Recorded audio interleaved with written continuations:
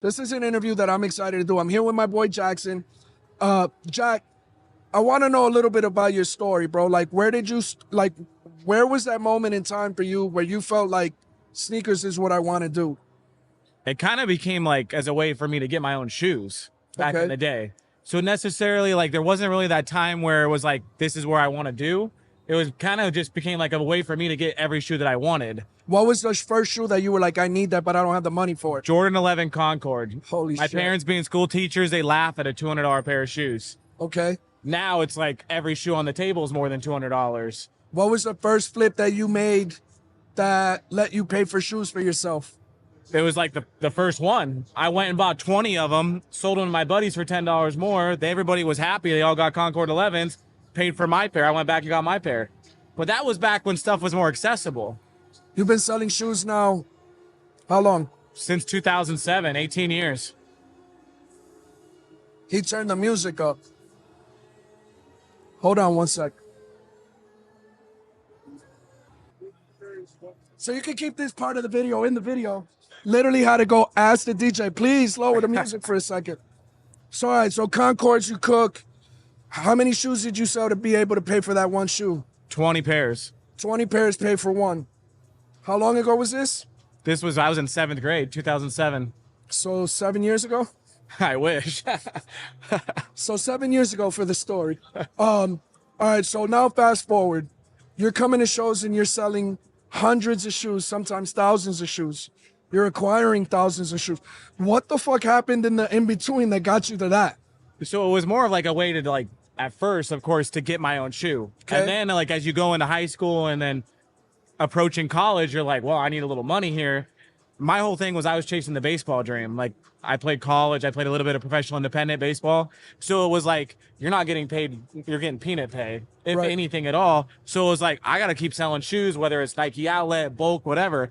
And then I was coming back when I was I remember 2012, 2013, I used to come to SneakerCon to buy. And that was like, I fly in, I came and I buy. And that kind of turned into as a way as like a side hustle while I was still playing baseball, but the main focus was baseball. Then come COVID hits, baseball's Over. done, like nothing. And that's when the whole thing switched. I don't know if you remember Joe Herbert and that whole thing with Ann Herbert, his mom, and sneakers and all that. I got into his group, West Bricks. And at this point, I'm in every Nike outlet I can get to. I moved to Arizona so I could train for baseball, but also go to the Nike clearance store in Tempe, Arizona at the time, which now is cooked. But back then, you could make 6 figures a year just out of that store alone. Because you were finding Sean Witherspoons, Off-Whites, like sample hoodies of the Carmelo Jordan hoodie. Like, I remember driving 4 or 5 hours to his store and dropping off 100, 200 pairs where I could fit my little Toyota Corolla back then when you were at 2 malls prior. And that was when, like, I remember, like, sometimes you'd be there at the counter or somebody else would be at the counter and dropping them off. And then 2-3 weeks later, you're like, they're all gone. I'd come back, bring more and bring more. And then it turned into like COVID hit and I switched 100%. My business model was like, why am I going to SneakerCon to buy shoes? I need to be going to SneakerCon to sell shoes. And that's where consistency showed out, where you keep showing up. I go every single show. We were just in Riyadh and then we were just in Singapore. And then I went to Japan on the way to Singapore. And all this, like, it just keeps going and going, but you keep showing up. You never know what's going to happen. And at the end of the day, like, that's how I met you, not just from consigning at your store, but through SneakerCon. You know, you're one of my favorite stories in sneakers over the 10 years that I've been coming to the show. And the biggest reason is because of the consistency. And sometimes they don't work out, right? They really don't. And sometimes it's like, holy shit, I can't believe it played out. Right? And those get you so motivated to go to the next one and the next one, and you want to keep cracking your head. I've really appreciated your, like, I'm going to get it done regardless attitude. And to me, it's just really amazing to see you try to go from being Mike Trout to becoming Jackson Shoe Life, right? And you really are Shoe Life. It is dope, man. So, you know, I'm trying to get people to understand like this magnitude, right? Really, it's about a 20-year swing for you, right? When it's all said and done. But really, full time is only 4 years, really. Right now, right? Yeah. They're like, it's about 20 years. So you go from it only pays 20 shoes pay for one shoe, to now you're talking about Riyadh and Singapore and Japan and this and that. What's the most that you've had to spend for a singular, like, I'm going to Skew? take a swing? Oh, I mean, not at one point, but like the medium olives this last fall, like that skew alone. I mean, of course it was re-up, but it was like millions spent on that shoe. Like Millions spent, millions made? Or not millions millions spent, made, hundreds but of I mean, thousands made? obviously we know that like margins are very Covered the small. year.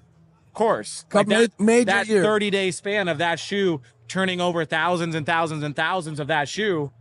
I mean, Somebody told me, a mutual told me that was the best release of your life. 100%, not even close. I still have 600 preschool toddler medium olives, and I sold 30 of them here today in Seattle, and I'm still making money on that shoe because it's one, it's a collab, two, it's never restocking, and who in this building has them? Nobody. They might have a one-off, but where are you gonna go get a full size one? You're not. How did you build the relationships that allow you to be one of the outlets for this type of volume on singular SKUs? Good business, standing on business, consistency, showing up, but also like being a man of your word. If you say you're going to buy it, you're going to still follow through and do the deal, even if market dips the next morning when you wake up to go pick it up or have it shipped or send the wire or whatever it may be. And you keep, obviously, you throw money around. You're not buying 10 pairs, you're buying 100 pairs, you're buying 1,000 pairs, but that doesn't happen overnight. I kept putting everything back into the business. This isn't a boom overnight. Like I didn't get a loan, like none of that. Like I went without, like shoot, we go on the road. We're talking about overhead. We're eating Taco Bell. We're eating Chipotle. We're in Japan. We're still eating like Ramen. Whatever we can. Like Heavenly's right there. Like we're keeping the overhead as low as possible because at the end of the day, you want to put every dollar back into the business because you never know what it could be. Did you see my Japan video? I was literally eating off of coins. Literally, the change they get back to you or the money you get back at the airport, that's your food money. And at the end of the day, people are like, oh, wow, like, I can't imagine, like, oh, this and that. I always get asked, how did you meet this person? How did you meet that person? So with your relationships, right, without being too nosy, were you in a room that you expected this particular individual or group to be in? Or was this you stumbled and happened to be in a room and someone spoke about you? It was kind of a combination of that. Like, one, I kept buying every single Travis Scott, and I kept buying every single list I got. So, like, canaries, they were offered out at, like, an X amount. I kept buying. Like, you got more? I'll buy more. I want more. I want more. And it was mainly, like, me keep knocking at the door, like, hey. And then, of course, they're like, well, I don't have any more. Here's this guy. Like, and it's kind of like you kind of start eliminating these middlemen and moving up the chain because not only people drop off, of course, but at the end of the day, like they start hearing about this guy that does good business. Like he's going to follow through. He's going to like commit and he's not going to just buy a one and done. It's going to be a long-term longevity thing where, and I'm going to do it the right way. Yeah. I'm not going to blow it up all over the internet that so-and-so backdoored me 20 pairs of Galaxy phone posits or whatever it may be, or Union that just came out this week or whatever. You do it the right way. You do it professionally. Like you do invoices. Yeah. I think in this room, I bet 5% of the people in this room know what an invoice is. Right. So, okay. The current you, if he had to talk to the old you, little kid you, aspiring you, what would you say to him to make him apply more pressure and do it in half the time that you did it in? I mean, so there's so many different ways to resell, but I was passing up back in the day on the 10, 15, even $20 items that I can make money on. It's all about volume, especially in this economy. You got to be like Costco. If I can sell 10,000 items and make $1 each, I still made $10,000. You don't have to get 2 items that you make $5,000 each off of. There's so many different ways to. I heard it. There's no right or wrong way to make $1. In the cat or whatever you want to call it. You got to be consistent. Like think about how many monsters these guys got to sell to make a profit just to cover the overhead of being here today. Right. That's a lot of liquid. So, a great point. The current you has become a machine. What does current you want to be in 5 years? So that's like everybody's, I think, right now question the last couple of years is like, what's the end goal? Obviously, I'm not going to stop coming to SneakerCon. I mean, there's a reason why it's the greatest show on earth. It puts you in rooms with people that you can't even explain. I spent 2 hours in Singapore talking with Steven Smith. I didn't even know he made the Vapor Max until we brought it up. And I'm just like, I'm sitting here talking with the guy that made one of my favorite Air Maxes ever. I got 20 of them in my closet. Like, You know the biggest like head blowing moment with him? He said, I'm 60 some years old and I'm competing with my 20-year-old self because the shoes I made in my 20s are hot again when I'm in my 60s. and that's crazy to think about. It's hard to wrap That your head guy's a around fucking that. legend, bro. But like for me to go back to like what you said in 5 years, I'm going to keep my foot on the gas pedal. And I feel like sky's the limit. At the end of the day, you keep moving appropriately, you keep making the right relationships, you keep putting yourself and your right foot forward. I mean, did I want to come to Seattle after getting off that flight 24 hours from Singapore? Not really. But I found a way to get out here, bring some inventory. Like, yeah, it's not my full setup like I normally do, but you can't win every city. You got to sometimes wear the punches. And at the end of the day, like, we got the chance to sit here. If I had the full setup, there'd be 10 people at my table right now. You wouldn't I be able wouldn't to be do sitting here right now. So I think everything happens for a reason. Like, but at the end of the day, like in 5 years, like I hope to still be doing SneakerCon. I don't know if a store is in the right mix in the future. You Like, want to have a store? I mean, I've always had talks about it, but then location, and then I don't know if I want to be locked into the first until you build a team out to be there. And it takes, it's You're like, never going to have the perfect scenario to start. right. There's never going to be You perfect. have to just start. So you just either got to do it or you got to keep pushing at it. Because at one point you're like, I want to keep scaling, right? But some point it's like, is this scaled too much? And you have to start diversifying. Because you only have 24 hours in a day. You got to start buying your time elsewhere. Well, I mean, I know an old guy who had to diversify his ponds and now has repackaged it to, I just like making bumpers for bumper cars to help people not break their bumper cars. You know, nothing wrong with realizing what you enjoy or not. Sir, I love the shirt. So you got to do the content in Philly. I got to see your story in Philly. Yeah. I just want to like, when you guys see the content that we did with him and Big A in Philly, it's amazing. But this shirt, run with that for a little while. Yes, sir. It's been working. Everybody, the people that been coming up,